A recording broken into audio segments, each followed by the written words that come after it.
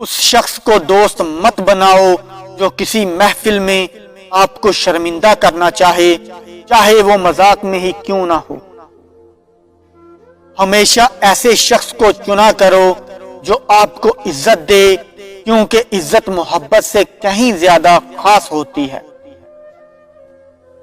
پریشانی میں مذاق اور خوشی میں طعنہ مت دو، کیونکہ اس سے رشتوں میں موجود محبت ختم ہو جاتی ہے۔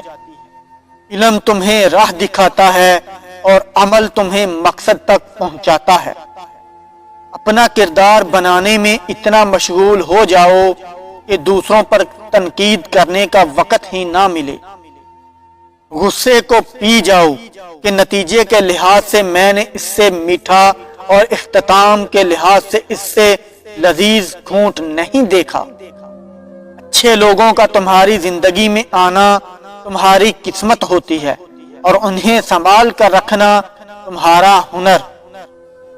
صبر ایک ایسی سواری ہے جو اپنے سوار کو گرنے نہیں دیتی، نہ کسی کے قدموں میں نہ کسی کی نظروں میں۔ اگر کوئی آپ کی فکر کرتا ہے تو اس کی قدر کرو، کیونکہ دنیا میں تماشائی زیادہ اور فکر کرنے والے بہت کم ہوتے ہیں۔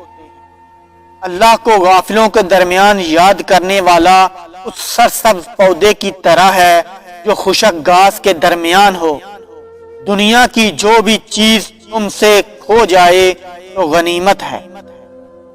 زبان ایک ایسا درندہ ہے کہ اگر اسے چھوڑ دیا جائے تو تمہیں ہی چبا جائے گی۔